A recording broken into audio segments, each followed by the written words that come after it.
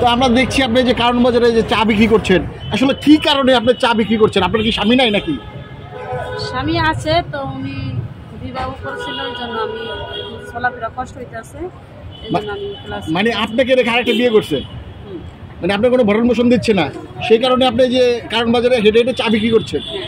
তো চা বিক্রি করে কয় টাকা পাচ্ছেন আসলে? 2 প্লাস চা বিক্রি করে তো দেখা যাচ্ছে 250, 300 বা 400 টাকা থাকে। আর ওই সাথে আবার চিকেন মিকেন রাখে, ওটি থেকে তো 50 টাকা 150 টাকা এমন থাকে, ওই জন্য 400-500 টাকা বা 300 বা 400 এমন হয়। তাই দিয়ে কোনো রকম সংসার চালাই, আমার বড় বড় টাকা দেয়, তার ভিতর থেকে কোনো রকম করে ওই ছেলেটার ছোট চালাই। আচ্ছা, তো আপনার এই যে ছেলে মেয়ে কয়জন আসলে? আমার 2 ছেলে। 2 ছেলে, তাদের ভরণ পোষণ কি আপনার স্বামী দেয়? না। তো আপনি আসেন কয়টার সময় চা বিক্রি করতে? আমি সকালবেলা আসি 10টা বা 11টা বাজে। সকাল 10টা, এখন তো দেখছি রাত প্রায় 11টা বাজে। হ্যাঁ, তো একখানি দাঁড়ায় দাঁড়ায় বিক্রি করি, হাঁটাহাঁটি করি না, মানুষজন থেকে লোকজন থাকে, আবার যে জায়গায় বসে ওই জায়গায় ছাদ করলে পরে আমি চলে আসি। ছাদ থাকলে আমি হেঁটে হেঁটে বিক্রি করে মানে সকাল 10টা থেকে রাত 11টা পর্যন্ত তিনি চা বিক্রি করেন? সকাল 10টা থেকে সারা বিক্রি করতে করতে 9টা 10টা বাজে জায়গা বা 11টা বাজে জায়গা তখন বসে। আচ্ছা, তো এই যে এত রাত্রে যে যান আপনি এই জায়গায়, কারণ বাজারে তো অনেক ভালো মানুষও আছে, খারাপ মানুষও আছে, কখনো কোনো ইফটিজিং এর শিকার বা কোনো ধর্ষণের শিকার এরকম কোনো কিছু হয়েছিল কিনা আপনার সাথে? না না, অনেকে খারাপ নজরও থাকে, সেটা আমি বুঝতে পারি, তো আমার আমি এরাই চলে, বা অনেকে ভালো নজরও থাকে, অনেকটা দেখে অনেকে আফসোস করে, সবাই তো আরেক মতো না। তো আপনি যে চা বিক্রি করতে যান তখন আপনাদের সাথে ইয়ার্কি ফাজলামি করেন অনেকে? আমি ইয়ার্কি ওনারা কত চাইতো আমি করি না, কারণ আমার মতো আমি চুপচাপ থাকি, আমার মতো আমি এরাই চলি, কিন্তু এই জন্যে আমার মতো আমি বেঁচে কিনা করার জন্য একটা সেফে থাকি। ঠিক। তো আপনার ছেলে মেয়েদের কি পড়ালেখা করাচ্ছেন কিনা? হ্যাঁ, করোনা ক্লাস 5 পর্যন্ত বসে, এখন পড়াশোনা করতে পারে না, আমার সাথে হেল্প করে। মানে আপনার সাথে চা বিক্রি করে নাকি? চাটাও বিক্রি মানে সাথে আমরা আইনে নিয়ে নেয়, বা আমি যদি না পারি তো ও বিক্রি করে।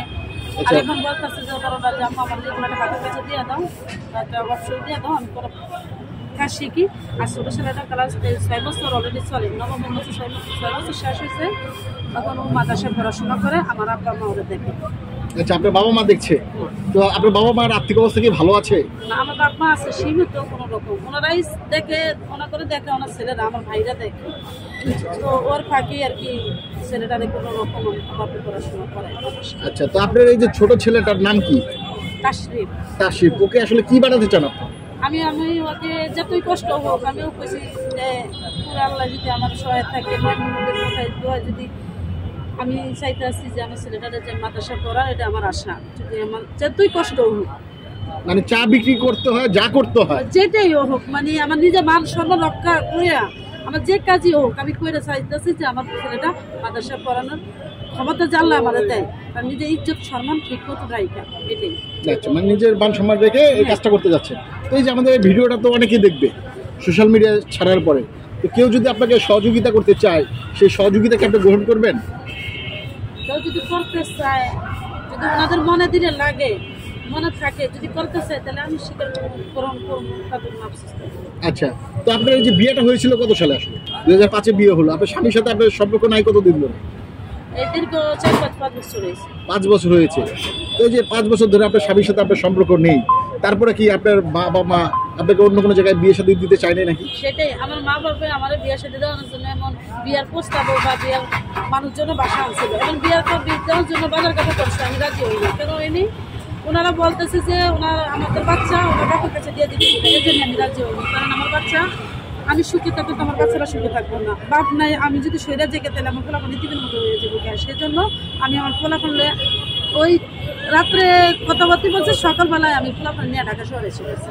মানে কি আপনার যে বিয়ে ঠিক করেছে, আপনি পালিয়ে ঢাকা শহরে চলে এসে এখন চা বিক্রি করছেন নাকি? হ্যাঁ, পালিয়ে ঢাকা শহরে এসেছিলাম, তারপরে কিছুদিন কাজ কাম করছি।